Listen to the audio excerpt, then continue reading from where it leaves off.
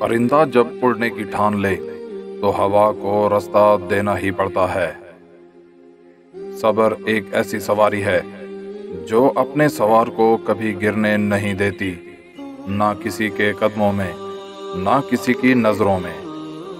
بعض تکلیفوں اور پریشانیوں میں انسان کے لیے خیر چھپی ہوتی ہے۔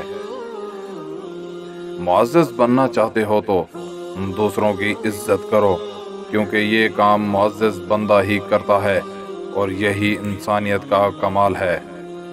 اللہ تعالیٰ اسے ولی بنا لیتا ہے جو بندہ یہ چار کام کرتا ہے: کم کھاتا ہے، کم سوتا ہے، کم بولتا ہے اور لوگوں سے میل جول کم رکھتا ہے۔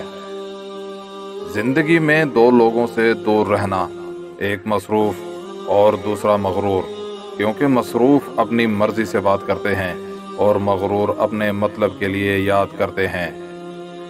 صبر دراصل یہ ہے کہ جو تکلیف تمہیں پہنچے تم اس پر احزاری نہ کرو۔ ان لوگوں کا رزق، دولت اور عزت ہمیشہ کم رہتی ہے جو دوپہر کے وقت نماز ظہر ادا نہیں کرتے۔ ہمسائے کا حق اس قدر ہے جس قدر والدین کا حق ہے۔ معرفت کا نشان یہ ہے کہ اس میں خاموشی بہت ہو، اگر کسی وقت بات کرے تو ضرورت کے مطابق کرے۔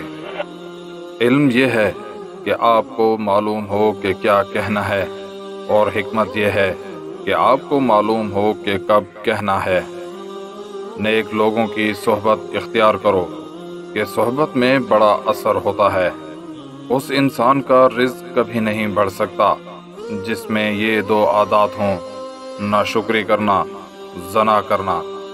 اللہ کو خوش رکھنا ہے تو تین لوگوں کو خوش رکھو: غربا، مساکین کو، دکھی اور بے سہارا کو۔